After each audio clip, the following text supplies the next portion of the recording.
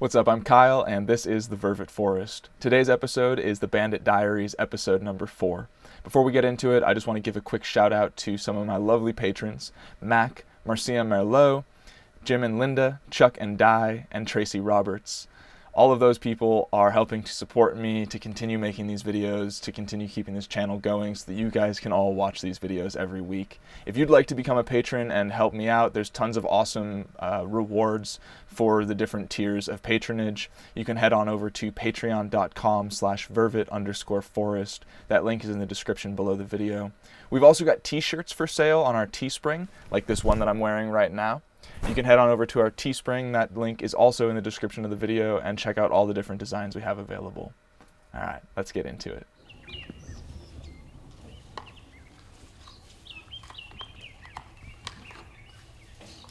One of the things that I wanted to accomplish when I got back to the Vervet Monkey Foundation was to create a nice cabin for myself to live in. Another thing that I wanted to accomplish was to build a peaceful little garden outside of that cabin, and I accomplished both of those things. I compost all of my food. I have a compost pile behind my cabin, and all of my waste goes back there.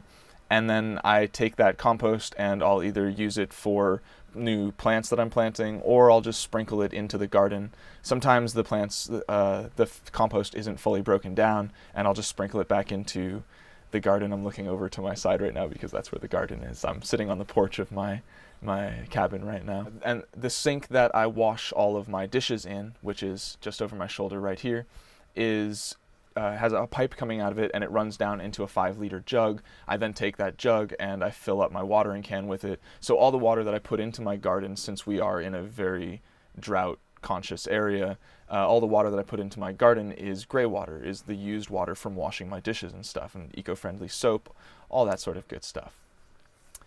An unexpected thing that happened when I did this garden was that as the rains ended and everything started drying out and the trees stopped bearing fruit and it was mostly just seed pods starting to fall to the ground, tomatoes started springing out of my garden like crazy. The moment the bandits recognized that there was tomatoes in my garden, they were coming around all the time. At first I was kind of frustrated because I really was hoping to be able to have some tomatoes for myself, to be able to give some tomatoes to friends, but the bandits took all of them before they were even turning red. And that was pretty frustrating, you know? I was sitting there like watching this happen and I was getting mad at them.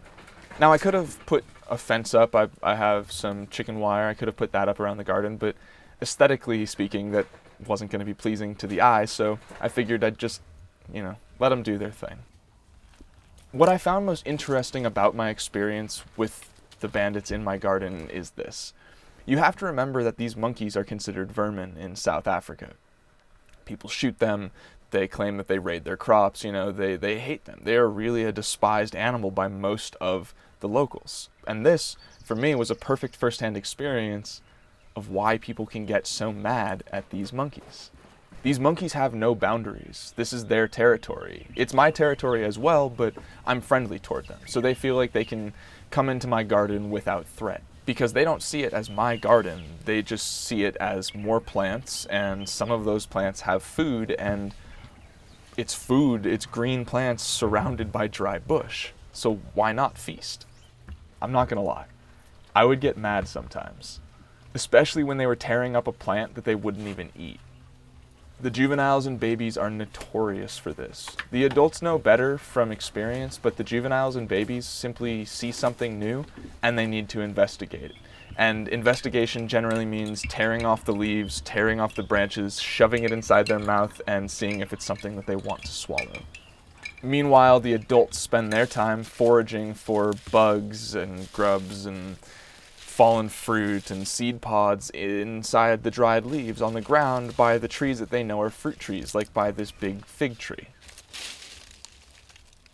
Consider this. I spent months making this garden, digging up these stones, placing them around the way I wanted to, getting the soil, making the compost, getting the plants, digging up plants from other areas and transplanting them, buying plants. This garden started with nothing, and I turned it into this flourishing garden. I turned it into a great little paradise for myself to come and relax. And then these monkeys come through, and they just tear stuff up. They take what they want, you know? Certain plants will have more nutritional value for them, and so they'll eat those more often, but others, it just seems like curiosity gets the best of them. I mean, my marigolds, for example, they tore up every single one of the marigolds that I planted. I'd never planted marigolds before. I thought, hey, why not? These look pretty cool. Bad idea. It just doesn't work out. This other plant, there's one that's over my right shoulder over here. That plant, they sit on the roof and they just rip at it, you know? They just pull the leaves off, but they love it. I can see that they're eating that plant. And you wonder why those leaves aren't growing back, huh? But they don't destroy everything. They don't eat everything. And they get full and tired of it quite quickly. These monkeys are small in comparison to a person. They don't eat that much. But, all that being said, I still felt anger watching them go through and just tear up my plants. You know, it's like, these are my babies. I've been spending months working on this, getting this to this point, and then they just come through and they just screw it all up. And I felt that anger. I completely understood, you know? I've done interviews when I did the documentary with a lot of farmers, and the rage, the sheer rage that was just inside of them toward these monkeys was unbelievable. The animosity, the willingness to just go out and shoot one of these monkeys was crazy. But for the first time, because I'd put myself into this situation, I really understood what that anger was, to just sit on your porch and watch these animals come through and just destroy stuff. It hurts. It sucks, you know? It's really not fun. So I started putting myself in the shoes of the farmer. You know, these crops that they're growing are their livelihood. And I'm not talking about just like someone like me who's just a hobbyist, who likes gardening for the fun of it, who likes growing plants just to see what can be done. I'm talking about people who are relying on these crops as their living. I mean, these crops are their money, it's their sustenance, it's everything, it's their livelihood. And then they see these monkeys coming through and they're eating shoots, they're eating leaves, they're eating bugs out of the veggies, you know. They're eating everything, and maybe they're not doing a ton of damage, but just sitting there watching your money basically fall from these trees in a place that's such a poor country already, where everyone is struggling to get by, seeing that happen would drive you insane.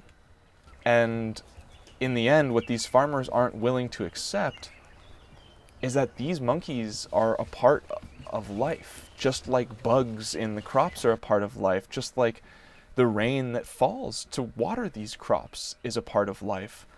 You have to accept and consider that this is just a part of life. You have to accept it. These monkeys are going to be around. This is their home. This was their home before it was your home.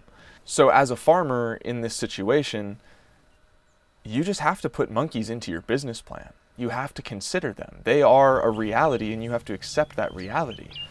You are going to have crop loss because of pests. You are going to have crop loss because of insects. You are going to have crop loss because of birds. You're going to have crop loss because of drought, because of weather. No matter what, there's going to be waste produce. And with monkeys, it's the same as that. You have to consider them into the budget. You have to look at them and say, oh, this monkey is going to probably come by and they're going to eat so much of this crop. Now, there are ways to avoid it. The farmers could plant extra crops that they know the monkeys would like on the boundary of their farm so that they have a place for the monkeys to go and eat food. And they'll fill up on those trees and then they won't come into the cash crop. They could put fences around, electric fences, and create a boundary line. They could hire someone to spray water at the monkeys and sit out there and watch and chase them off. You know, there are a lot of possibilities, but rather than just consider them a part of the budget and consider this loss a loss and say, okay, well, if the monkeys are going to come by, or if we're going to have this much loss of product due to environmental strains, then we need to plant more food to compensate for that loss. It's simple as that. It's basic business. But that's not how people generally think about things. Rather, rage blinds them, and the first instinct is to eradicate whatever may be pestering them. And it's heartbreaking to think how quickly some people are willing to take the easy way out and to lie to themselves about the truth of what they're doing. And what they are doing is murdering a highly social, highly intelligent primate, simply because it's causing them a monetary hindrance. It's a foolish, antiquated aspect of human nature that we need to overcome, and I think only education and patience can help this situation in the future. I think that the true irony is that we evolved from primates, and looking at them is like looking into a dumbed-down mirror. They are simply taking what they think they need to survive, and they have no consideration for ownership or trespassing or stealing. They don't wonder if there is a high enough quantity of something that they're eating, and they don't consider that they may be over-consuming, or that through this consumption eventually that plant that they've consumed won't be able to grow because they've taken too much of it and eventually it will die. Because naturally speaking, they keep moving. They have a wide range, an area where they search for food. They'll eat a plant here, but they don't eat too much of it. They eat just enough that they move on to the next spot and they eat that plant and then the next spot. And then by the time they get back a week later, this plant has more stuff on it for them to eat. And then you know what happens when they eat those seeds?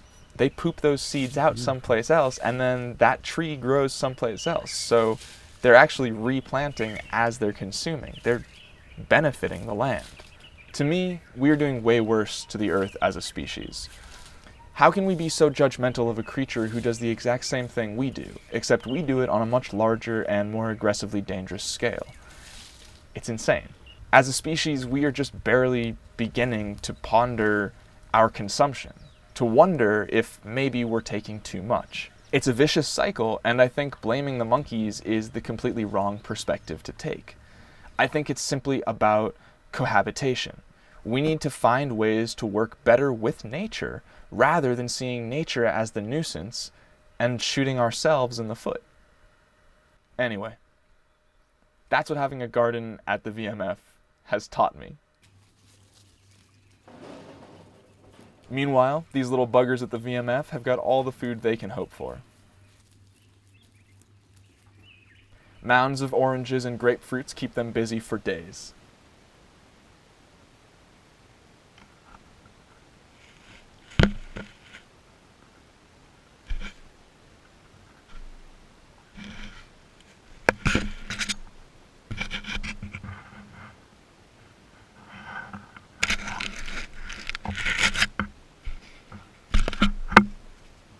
A truck full of papayas, left unguarded, is like a swimming pool full of wholesome goodness.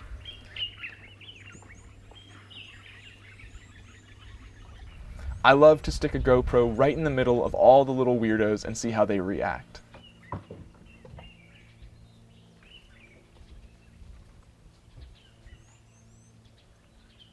They're all so inquisitive. And if they see me touch something, like a GoPro, and then I leave it there alone with them, they're inevitably going to come over to investigate and sniff and chew on whatever I was touching.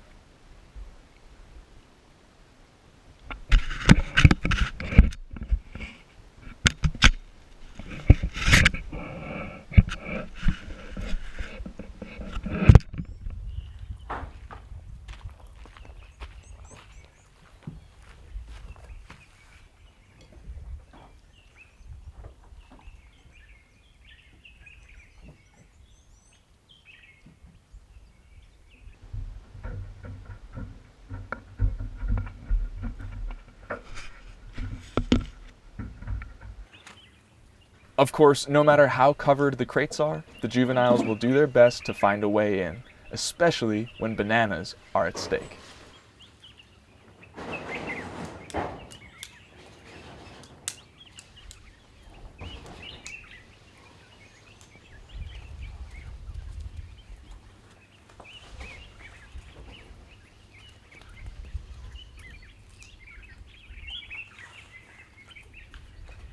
These bandits live the good life. And unlike some troops out there foraging through farms that were once their homes, the monkeys here at the Vervet Monkey Foundation will never go hungry.